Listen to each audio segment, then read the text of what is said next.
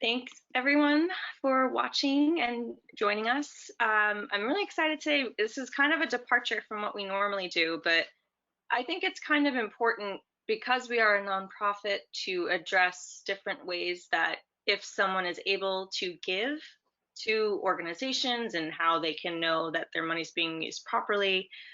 So I'm really excited that we have today with us Mr. Wayne Wildrick, and he's going to talk a little bit about something called donor advised funds, which, if I'm being really honest, I work for a nonprofit, and they're a little opaque to me as well. So I'm excited to hear about this and ask some really genuine questions after in the Q&A session.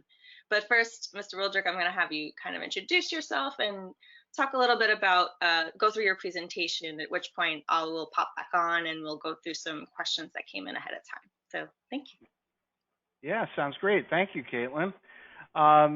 So, just to introduce myself, as Caitlin said, my name is Wayne Wildrick. I'm a financial advisor with Edward Jones. I've been in the industry for about 15 years. I have offices in Brooklyn as well as Staten Island. And talking about why I do what I do, I became a financial advisor really because I have a passion for investing, but more importantly, I really enjoy my work in helping clients meet their financial goals. In my mind, it's an opportunity to change their lives and to put them on track to meet goals that are most important to them. And one of those goals very often is leaving a legacy or supporting a charity in some way. So in order to help my clients accomplish their goals, I get to know my clients, understand, and really get to understand what's most important to them. So I'm glad that you've tuned in this evening or whenever you're tuning in the future. And I look forward to sharing some information that I hope will provide a perspective on charitable giving. So I'm just going to negotiate my slides here. Go to the next one. So our discussion today will focus on charitable giving and how it ties to your unique financial goals. So whether you have a passion to help a specific organization like the Bobby Jones Foundation, or you're just starting to think about leaving a legacy, this can be a very important and relevant topic for you. So when I'm meeting with clients or even talking with friends, I remind them that you don't have to be wealthy to make a difference in the lives of loved ones or a charity. If you're on a philanthropic journey now, or if you ever thought about leaving a legacy or leaving a specific dollar amount to a charity at some point in the future, it's important to create a strategy that gives you control of your financial legacy. With that in mind, today we'll talk about the Edward Jones Charitable Gift Fund and how it can offer you flexibility and help provide more certainty to meet your giving goals. Before I get into the nuts and bolts, I do want to remind you that Edward Jones doesn't give tax or legal advice, and I encourage anyone who's watching this to consult with their tax professional about their individual situations. Also, if anybody is looking for additional information, if you get email information to Caitlin or anybody in the organization, I'm more than happy to send out the Edward Jones Charitable Gift Fund Strategy Report. It's a very helpful reference for what we'll cover today. So let's dive into the presentation. So while there's a lot of information packed into this presentation, normally I would say, ask questions along the way, but many of you are probably tuning in outside of our live discussion. So Caitlin or anybody else, feel free to ask questions along the way. Also, you can jot down your thoughts on a sheet, and we'll have time to answer questions after the bulk of the presentation. So in our conversation today, we're going to cover the following topics. First, what is Edward Jones Charitable Gift Fund or donor advised funds in general? How do they work? Is a DAF right for my charitable giving goals? Also, how do we incorporate a DAF into your financial strategy? And we're also going to take a look at the trade-offs and other considerations that you should make when trying to discover whether a DAF is right for your situation. So I'd like to begin our discussion with a couple of statistics that might actually surprise you. I'm thinking about 2020 and the effects of the pandemic. Um, so, for anybody who's there, I would ask you normally to raise your hand if you believe that charitable giving increased by individuals in 2020. And I think the actual answer to this will probably surprise you. But let's get to the next slide and we'll see. All right. So, those of you who thought that charitable giving was increased during the pandemic, you're actually right. A study by Giving USA Foundation reported that charitable giving in the U.S. reached a record $471.44 billion in 2020. That's really an astounding number when you consider the pandemic and everything that people were going through. And giving by individuals increased by 2.2%, while bequests, in other words, planned giving after someone died, rose by 10.3%. Again, impressive numbers, especially considering the challenges and tragedies of 2020. So these facts, in my mind, show that even in the midst of the pandemic, Americans want to help their loved ones in their communities. So, since you're tuning in today, you're very likely very interested in giving back and leaving a legacy. And there are many ways to support a cause that's important to you. You might donate time by volunteering, give items directly to a charity, or contribute money. How you give is a deeply personal choice. Those who choose to donate financially may find contributions go further using the Edward Jones Charitable Gift Fund or another donor-advised fund.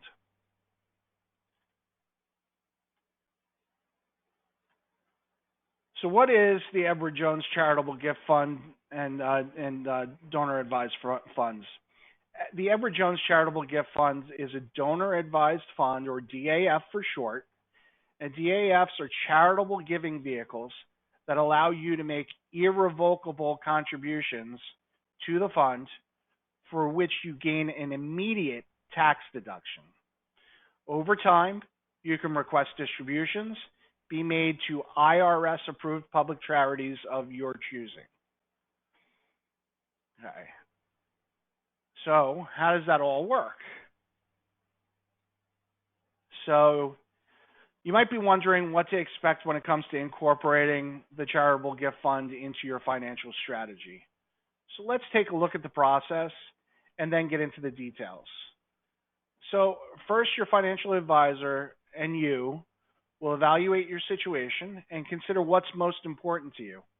Together, you determine your giving strategy based on your long-term financial goals. Then you'll discuss how EJ Charitable Gift Fund could help you fulfill giving and legacy goals. Once you're comfortable with the process and the next steps, you'll work together to open an account and begin making grants. When you begin making contributions to your EJ Charitable Gift Fund, the money is invested based on your preferences, giving it the potential to grow tax-free and expanding your charitable impact. One of the benefits of having a charitable gift fund account is choice. By that I mean you choose which charities to support, when to support them, and how much to give. So let's take a closer look at the nuts and bolts of the of a DAF. So just kind of go over the graphic very quickly. This is a visual representation of exactly what we're talking about. The donor makes a contribution of cash or marketable securities to the DAF. Directly, they then get a income tax deduction for that year. They then can grant money to any charities that they choose. Again, they have to be IRS approved charities, and the money does have a chance to grow essentially tax free, expanding the impact of your dollars. So, is a DAF right for my charitable giving goals? First, there's no one size fits all investing or gifting strategy. But for our purposes today, we'll assume a charitable giving strategy is a part of your overall financial picture. It's likely something you've already talked about with your tax professional and maybe even your family. The next slide provides examples of scenarios in which a DAF could be beneficial for you.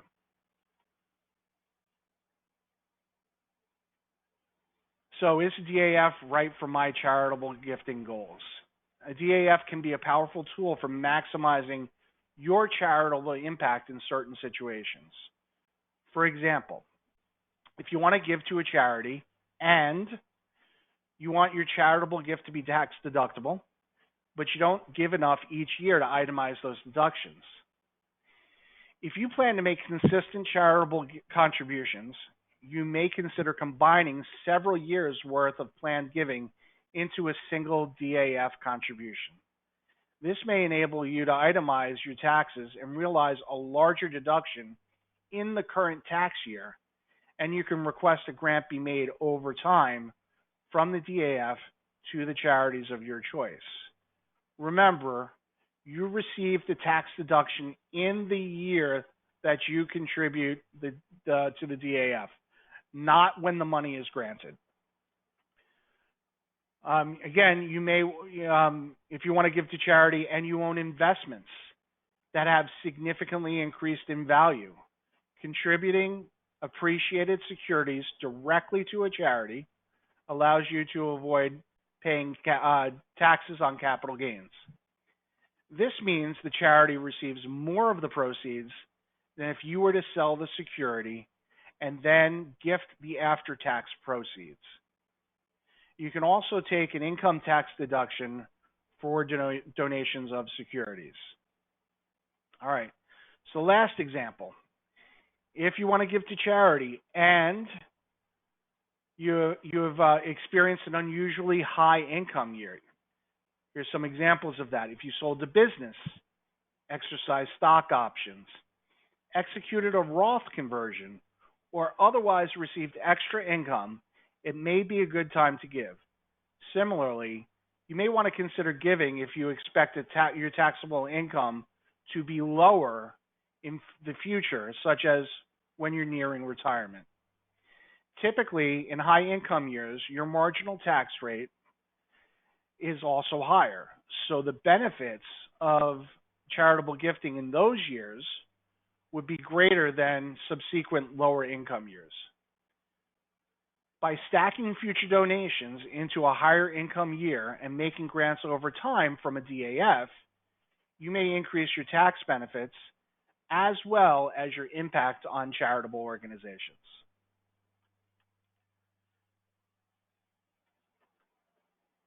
So this table really illustrates one of those examples.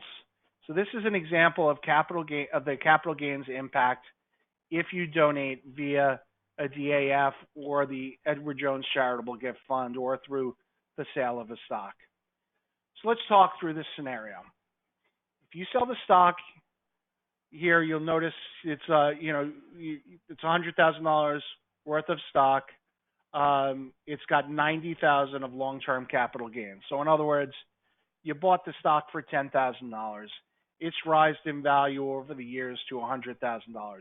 Congratulations. That's a nice big win. All right. But let's talk about how taxes impact this if you want to give the money to a charity. So if you sell the stock, you're going to owe $18,000 in taxes. The charity is going to get the remaining $82,000, which is also your income tax deduction. But if you give the security to a DAF and then give the money to the charity will get the full $100,000, which is also your tax deduction. In this scenario, not only does the charity get more, but you'll also get a higher income tax deduction. Okay, so how can we incorporate your DAF into your financial strategy? So we've covered a few scenarios where a DAF could make sense for your giving goals. Now, let's spend a few minutes talking about how the EJ Charitable Gift Fund might align with your tax and legacy strategy.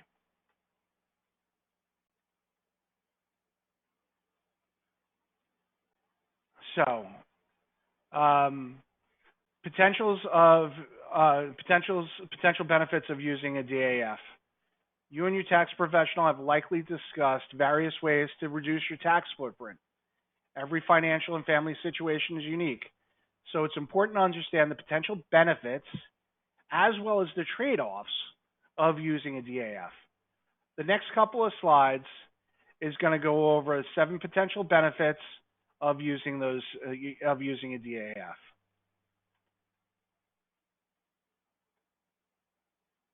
So 1, the opportunity to grow charitable gifts over time tax-free.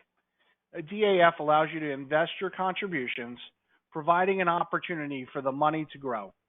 Additionally, this growth is not taxable to you, the DAF, or the charity that receives the grant. Like I said, just to highlight this, the growth is not taxable to you, the DAF, or the charity that receives the grant.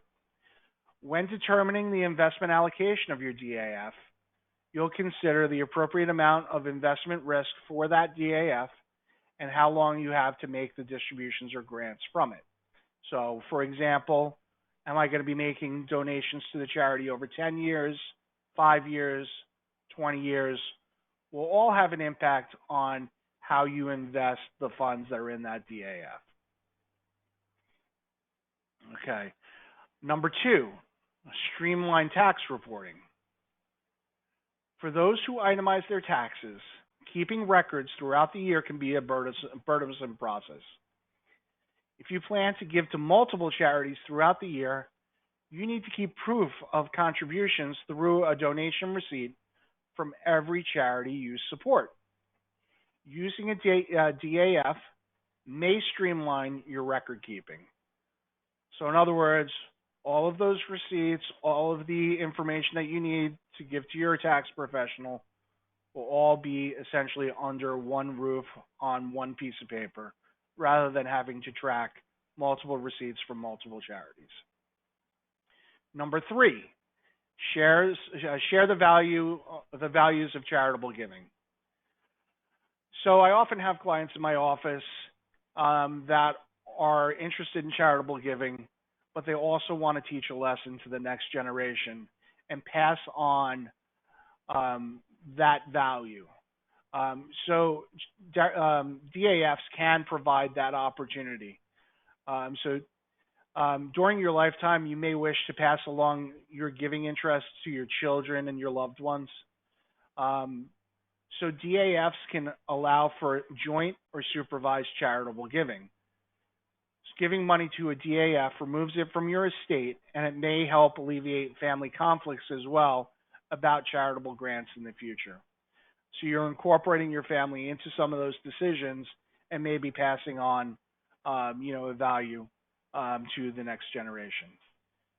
Number 4, leave a legacy. A DAF can be a beneficiary in your will, trust, annuity, insurance contract, retirement plan, or other investment account. The DAF also allows you to name a successor as long as they're over 18, such as a child or a spouse, who can continue your spirit of giving. Alternatively, you can direct a DAF to continue making grants to charities of your choice for a period of time after your passing. By donating amounts over the estate tax exclusion, which in 2021 it was $11.7 million per person. So by donating amounts over that estate exclusion to the DAF, you may be able to avoid the estate tax and receive an income tax deduction. This can be done either during your lifetime or through an estate plan. Okay, number 5. Let's see. I think I have five here. Yeah. Provide an alternative to a family foundation.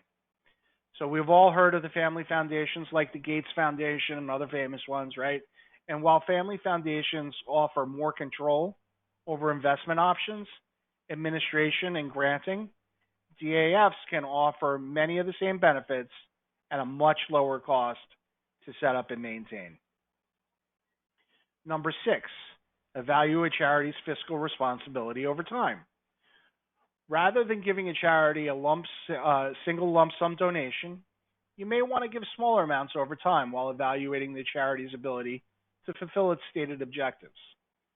By contributing the full amount to a DAF in one single year, you realize any potential tax benefits up front. And then number seven, in memoriam given. A DAF can allow you to honor a loved one's legacy in two ways. You can designate a grant from your existing DAF to be made in the memory of your loved one, or a new DAF can be set up in their memory for friends and family to make contributions. So as we've outlined, there are many potentials to using an EJ charitable gift fund or DAF. However, it's important to spend some time also understanding the trade-offs, and that's what we'll discuss next.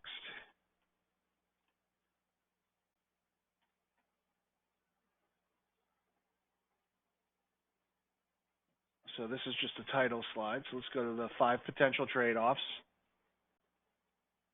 So like with any investment decision, a DAF carries with it a few considerations. So let's take a look at some of those trade-offs. 1, contribution is irrevocable. Once you donate or contribute to a DAF, you cannot access that money for anything other than charitable giving. Grants can only be made to IRS-approved charities. Okay? Number 2, investment risk.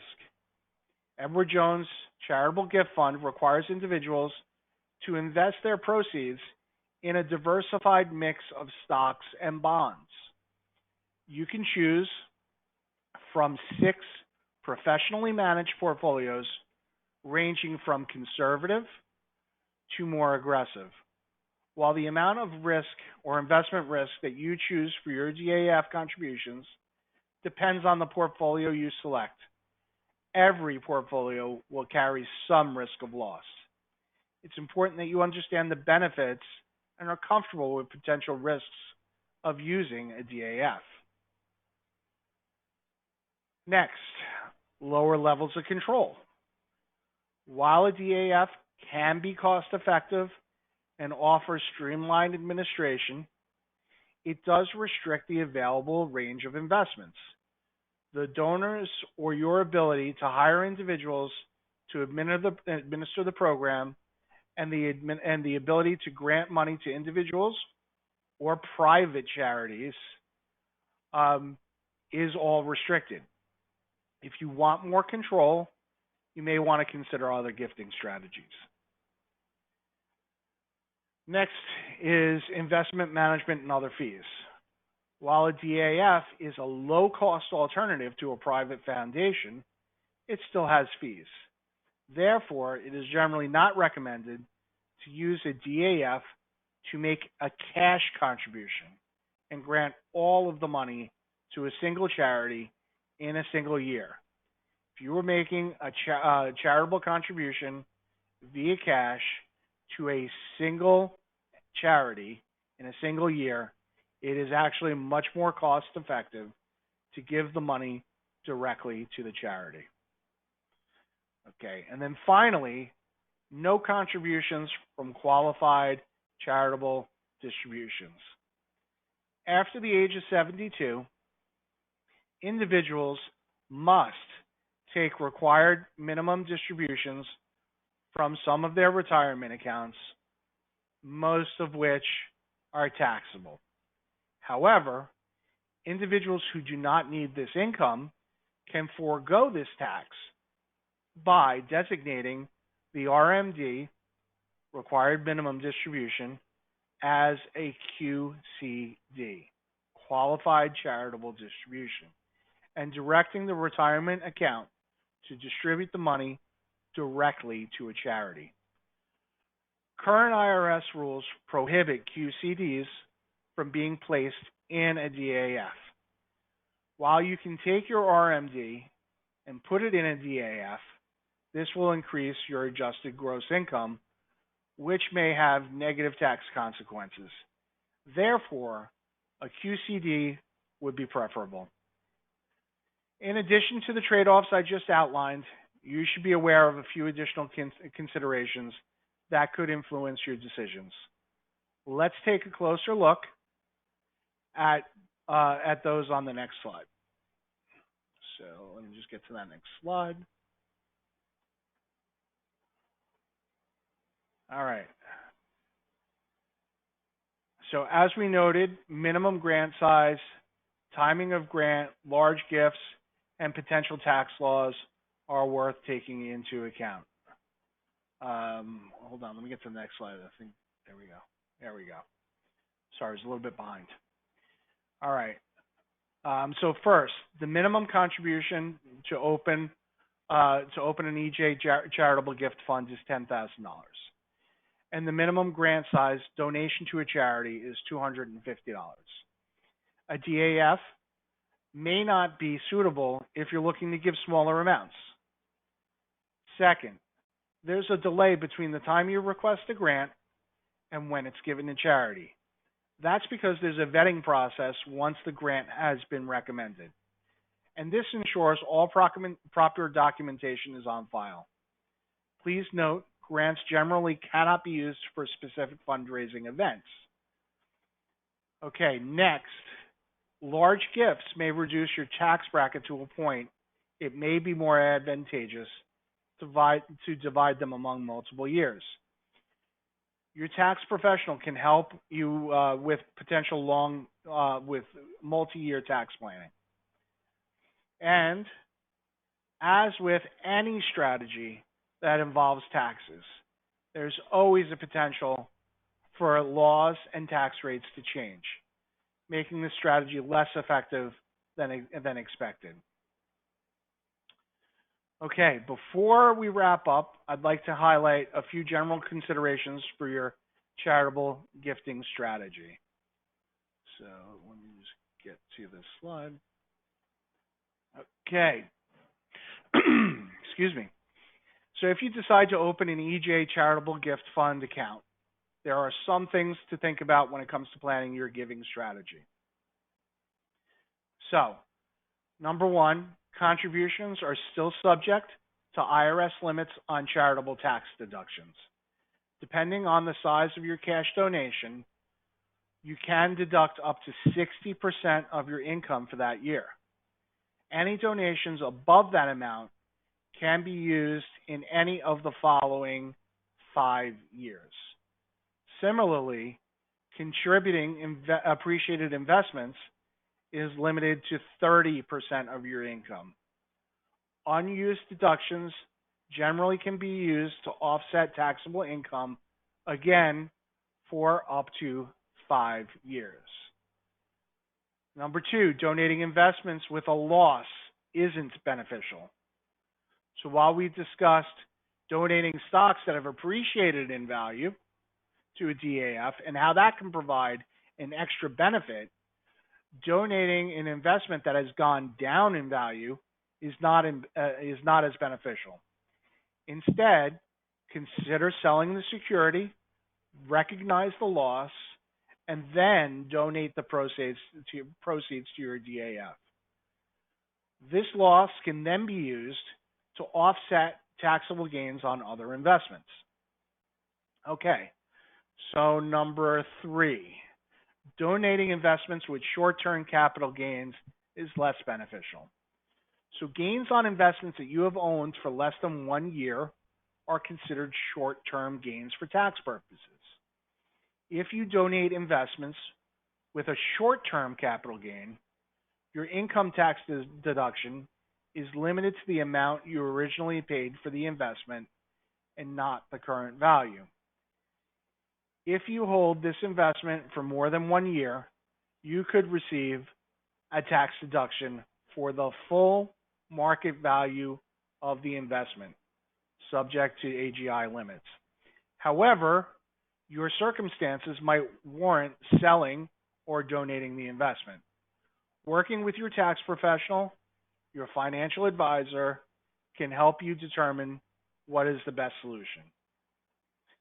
Okay, last one to cover is the idea of prohibition on receiving more than an incidental benefit. As with all charitable contributions, you cannot receive more than any incidental benefit for your contribution to the DAF to receive a tax deduction. This is important to remember, as you may be giving from the DAF 4 years after you've received the tax deduction. For example, you can't use the DAF to pay for a benefit dinner. Okay? So we've come to the end of the presentation, but I want to remind you that your tax professional and I are here to help you work through specific questions and your situation and financial strategy. Together, working together, we can figure out the next steps and path that's tailored for what matters most to you. Finally, I've shared a lot of detailed information today. Hopefully everybody's still awake. Feel free to ask any questions now. I think you can also pass questions to Caitlin. Or if you'd rather and it's more convenient for you, I'd be happy to set up a time for us to talk in the coming days. So, Caitlin, I believe that you've got some questions. So, if you want to shoot or if anybody else has questions, happy to cover those now. Sure. So we did have questions that came in ahead of time, but that presentation, again, I don't know much about this. So this piqued my interest. I have a billion questions in response to everything. So one question that came up when you were talking was, can you add money to an existing donor advised fund year over year? So if, say, you made a lump sum of, I don't know, $1,000, and then, I don't know, in 5 years, it was sent to pay out, but maybe at that 4-year mark, you came into some money, you say, you know what, I want to add some more to that fund. Can you do that? How does that work? Yes, you can. You can add money. You can add money to the DAF at any time, as long as the DAF is still in existence. And remember that the money that you give to the DAF in that year is what's tax deductible. So yes, if you have another win, like if you have, you gather up 5 years of donations and you do that in 1 year, and 3 years later you get a windfall where you'd like to make another contribution, absolutely, that's a possibility. Sure. And that also, there was a question, you had said, I'm trying to read my notes that I took. You were talking about the potential change in tax law. I had a question. So does that matter if, again, because you say the benefits are seen in that fiscal year, does that even matter? So if you, I guess I don't know how to explain this properly, but Yes. No, I think I get where you're going with this. So my example for people is oftentimes, we were told many years ago that, you want to take your money and, for your retirement and put it into tax deferred vehicles, right? Because while we're working, we're typically making more money, which typically puts us in a higher tax bracket, right? And that may be true. However, who's to say, and especially now that the government has spent as much money as they have over the last couple of years getting us out of the pandemic and all of that, right? Who's to say the tax rates don't go up in the future? So putting that in there is a caveat to say, when we say that it's advantageous in your prime earning years as you're preparing for retirement to take advantage of the tax advantage that exists now, because you're in a higher tax bracket than you will be when you're retired, what could happen is you're 10 years into retirement and all of a sudden you're paying a higher tax bracket because the government decided to raise taxes. Hmm. That's our caveat there. Okay, that makes sense. And then again, to that point, these just more and more questions keep coming into my head. So the DAF can grow the same way any bank account would. How do, and I guess my question then, is that a fixed um, growth, or is that something that can be kind of That's a interesting? great question. So the way you can think about a DAF is that is similar to if you have kind of like a 401k or an IRA, right? How does that grow for you and help you in retirement, right? You invest that money into essentially mutual funds, right? And those mutual funds can be more or less aggressive depending on your time horizon and your appetite for risk, right? But those grow tax deferred over time.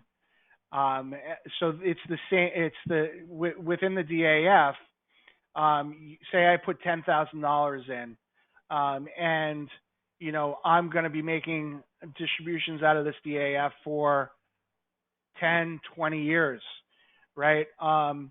As the money sits there and isn't being distributed, it has a chance to continue to grow based on the investments. And the underlying investments are going to be portfolios similar to a mutual fund that are professionally managed of stocks and bonds and a mix between the two. So it's similar to how your IRA or 401k grows over time. Does Okay. that help?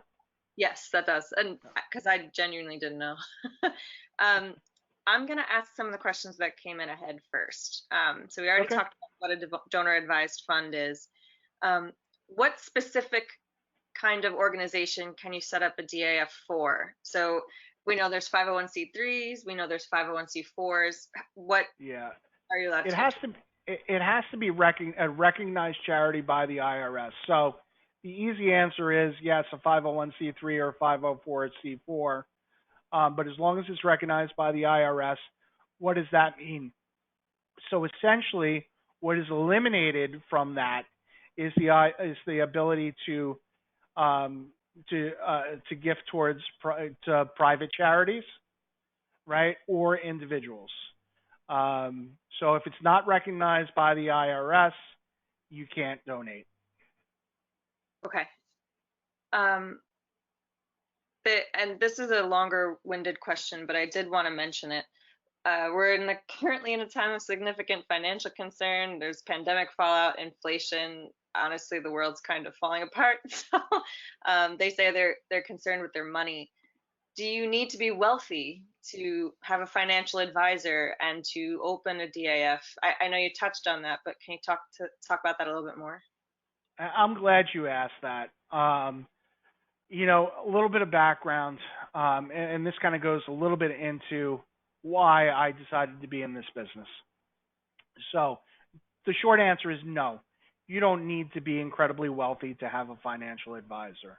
As a matter of fact, I have a fair number of clients that are, working class, right? They work for Verizon, they work for Con Ed. I mean, I live in Staten Island, right? So we have a lot of union employees, a lot of good blue collar workers, right? So they come to me. Um, Part of the reason why I decided to get into this business was my father was a school custodian, right? And he didn't think that he had access to financial advice. So, he asked associates, family, what he should be doing with his retirement, with his 401k, how much should he put into his pension, what investments should he be in?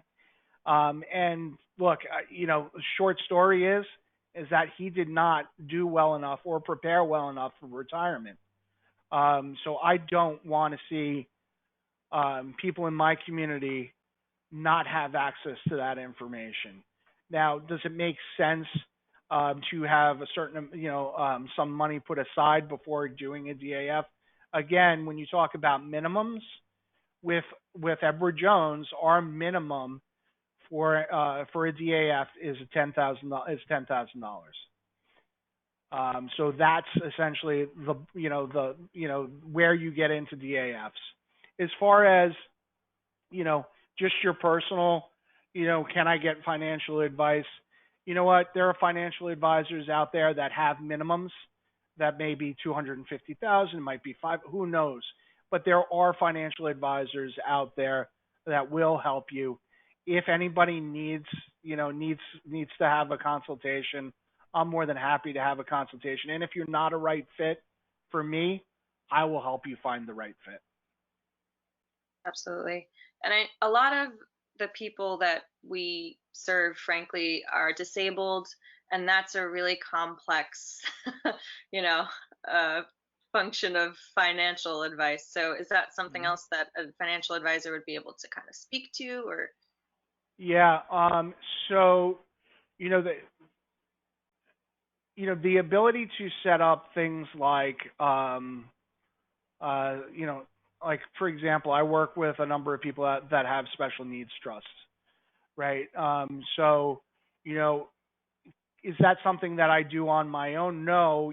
When you have those types of situations, it's incredibly important to have not just a good financial advisor that understands what's important to you, and it could be what needs do you have in the future based on those disabilities or a disability that somebody else has that you're saving for, right? That they may have to access after you pass, right? But yes, I can absolutely help out with that. But the flip side of that is that there are laws and tax situations that can be helpful for those individuals as well. I'm not an accountant and I'm not a lawyer, but I do work with individuals, tax professionals, and their lawyers to have a consolidated plan that address those needs. Thank you. Yep. Um, Another question. I don't know the answer to this. Is there a difference between a donor advised fund and a donor assisted fund? So the IRS official term for what we're talking about is a donor advised fund. Different companies have all different names for it, right? Like for example, Edward Jones doesn't call it a DAF. We call it the Edward Jones Charitable Fund. Um, so unless my best information is that it's just another way of determining the same thing. It's like we have those private names that we use within our own community. My suspicion is that that's the same type of situation. Just semantics. Yep, exactly. Okay. Um, this was a good question. What are quote non-cash assets, and can those be donated to a donor advised fund or charity in general? Excellent. Yeah, that's a good question. So, when we talk about non-cash assets, that's a very broad term when we're talking about gifting, right? It could be real estate. It could be stocks or bonds. It could be a number of different things that just aren't cash. Um, so real estate, you'd have to sell the real estate first and then make a cash contribution to DAF. We currently do not have the ability to do that on your behalf. However, we can take stocks, bonds, and securities, right? So you can donate that stock, bonds, or security. Again, during the presentation, we talked a little bit about the benefit of doing that, right? So if you've got a security that is appreciated in value, by donating that to the DAF, we can then allow you to realize the full, make the full contribution and also not have any money being, taken off the top in taxes. So case by case situation, but the easy way to think about it is if it's securities related, yes, we can take that directly.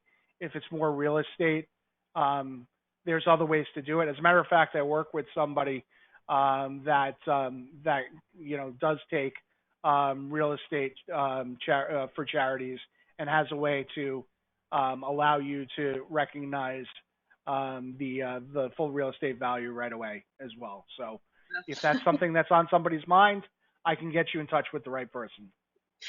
Uh, Real estate ownership is a pipe dream for me personally, but well, maybe I can get in touch with a financial advisor that can help me. A good question came in over the chat. It sounds like for a lot of this, you also need that tax professional and that attorney to kind of go over a lot of what works for you in addition to your financial advisor. So would a company like Edward Jones provide something like that? Is that something that people have to go out and get on their own through recommendations? What do you? Okay. So the way I approach this is, and I said it in the beginning, I cannot give tax advice because I'm not a CPA. I'm not a registered tax professional. However, I work with a number of tax professionals that I've met through the years through my clients.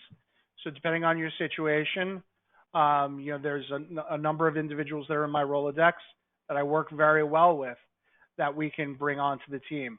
There are a number of estate attorneys that I work with that I've got a great relationship with that we can bring on as a part of the team. But I do think when you're dealing with a giving strategy, your estate, that when you get into those types of decisions, it's really important to have a team. You need to have a financial advisor that can help with the actual investment and financial advice, somebody that's up to date with any tax law changes, so a tax advisor, and then also somebody that's staying up to date with the legal considerations of your particular state, and they change all the time. So having one person do all three is probably not a great strategy. So I'm a big believer in having a team, and those are three key individuals that should be a part of your team.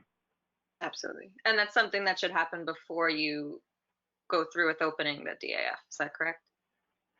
Ideally. Yeah. So, but you can have a consultation. So if this is something that somebody's interested in doing, we can have an initial conversation about doing the DAF and also their particular needs, their particular situation, and based on that, I'm happy to refer them to the appropriate people, and we will bring them into the conversation. I'm a big believer in having open lines of communication between the professionals that work on your behalf. There's a really hot button topic, I guess you would call it, that came in with a question, and it's, can you donate cryptocurrency to a nonprofit, a charity? So I don't know if there's any out there that accept cryptocurrencies right now. We do not. You'd have to sell sell the cryptocurrency before making the investment into the DAF. But there are other providers out there. There's a handful, and somebody at some point will accept crypto. It's a matter of time. I just don't know of any of them yet. Fair enough. Yeah, I think it's all kind of fluid at the moment. Yeah. So this is a good question. It's good coming from a financial advisor too. So can you kind of better explain what plan giving is and how and why it helps charities? Yeah. So, in general, planned giving is just having a strategy around, supporting that charity, right? And it can include multiple different strategies. It can include a DAF. It can include using having the charity be a beneficiary on your insurance policy, right? So the planned giving is more of a what I would say a general larger bracket, if you will, of ways to intelligently give money to the charities that matter most to you.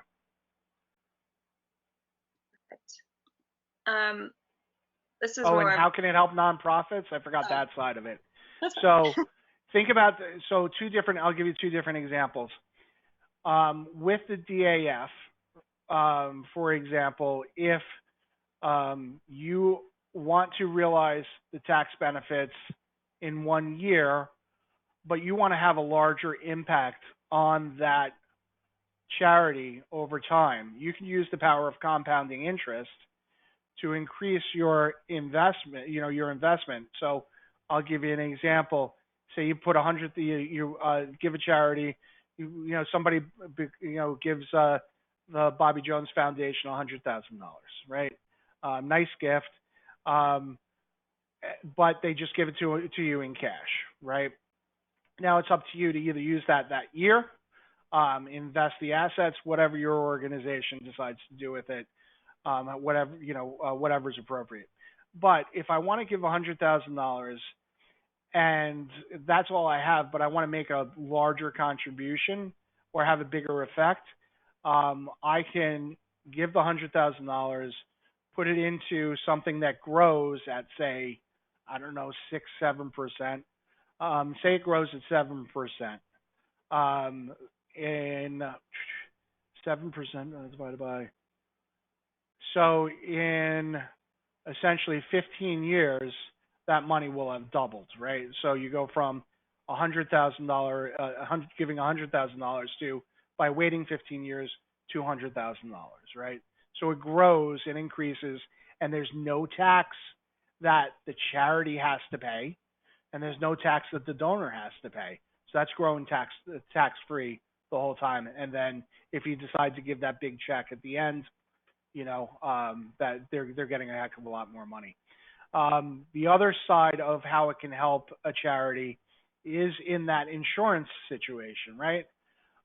So if I have a insurance policy that builds up, that's not a term policy but a whole life policy, those accumulate what they call, cash value, and you can make relatively small contributions throughout your life, build up a pretty significant cash value, and then the beneficiary of that life insurance policy when you pass can be pretty substantial, and can be the charity, right? So that's a possibility as well. Right. That's really, those are good examples too. That's helpful. Um, this is a good question, and hope you can answer it. How do I know if my financial advisor is working in my best interest? Well, the first question I would ask you is, when was the last time you spoke to your financial advisor? Because if you didn't speak to him this year or her, I would question whether they were working on your best interest. Because, look, the market is, for me, it's communication, right? The only way that I can work with somebody and do my best job for somebody is to have regular communication and an open relationship. Where if there's anything that changes in your life, I want to know about it, right? Because that's going to change your strategy, right? And if something's changing in the market, you probably want to know whether you need to change your investment philosophy, or it's just a matter of, I need a little reassurance, right? We're there to put together the right financial plan. We're there to make sure you get to the goals that are most important to you, and we're there to help you stay on track. So if we don't know what's most important to you, we can't help you get to where you want to be, and we can't help you stay on track and feel good about your plan if we're not checking in and letting you know this is a part of the plan or it's not a part of the plan. So I think a lot of it's based on communication. You can find checklists and people will say, are they a fiduciary, stuff like that. The bottom line is that most financial advisors these days are in a fiduciary relationship. So, I mean, that's kind of like table stakes. But I would just say, when was the last time you had a conversation with your financial advisor? Good one. And that actually reminds me, when you were giving your presentation, this occurred to me. When you create a DAF, for example, with Edward Jones, do you get a financial advisor that becomes assigned to you based on that, or do you have to seek one out? No, so you would call a financial advisor with Edward Jones, and we would work toward with you on on whatever was most important to you in your life. And my bet is, and I'll tell you this about Edward Jones, um, all of my clients are more multi-layered than just having one thing, right? A gifting strategy, leaving a legacy is a part or one of the aspects of their lives. But there's a lot of other important goals in their lives that have to be balanced as well. So, yeah, I mean, you can call up Edward Jones and they can refer you to somebody that's in your area. You do have to work with an advisor. But no matter where you are, especially in this time of Zoom meetings, I mean, while I'm based in New York, even if you're outside of New York, if you feel like you want to have a conversation with me, I'm more than happy to do so and guide you in the right direction. So, Yeah, that's really helpful for sure, especially with a lot of patients that, they have a lot of concerns about their money and stuff like that. yeah. Um, so there are two pretty good questions that I feel good about asking because it's really more about not so much getting Bobby Jones CSF money, but really more about how to make sure that people are putting their money in a way that they feel comfortable with. So, first is a question that came in ahead of time. Can a financial advisor help me determine whether a nonprofit is really handling my money properly and fairly? Or is that something that they have to do on their own when they set that DAF up? Um, is there something that you do on your end to kind of like do a double check to make sure that they're really good? Yeah. No, that's an excellent question. And during the presentation, we talked about the fact that one of the considerations that you have to keep in mind is that when you're ready to grant money from your DAF to a charity, there is a delay. The reason why there's a delay is it's going through a check to make sure that the charity that's receiving the money is a reputable charity, right? So there are checkpoints that go along the way when you make that grant. But on the flip side, I would also say that there are there are charities that are reputable, but you want to make the best decision that you want to make, right? So that's a very personal decision. And there's a lot of information out there about charities and how they're using their money. Um, I'm sure you know plenty of them, but that information is accessible by yourself. I'm more than happy to point you in the direction of some of those. I'm more than happy to have that conversation. But yes, there's essentially a life raft, if you will, that makes sure that when you grant money to a charity, that it is a reputable and good charity. And is it things like BBB, Charity Navigator, that came in the chat? So yeah, Those are things that I would do or say you should be doing as well. Yeah. yeah. But then there's there's the check that once you do that nothing else comes up and flags it, lawsuits. Who knows what else could flag it? Sure. Yeah. Oh my gosh. Yeah. And then that brings up, I guess, this last question that I thought of when you were talking about it.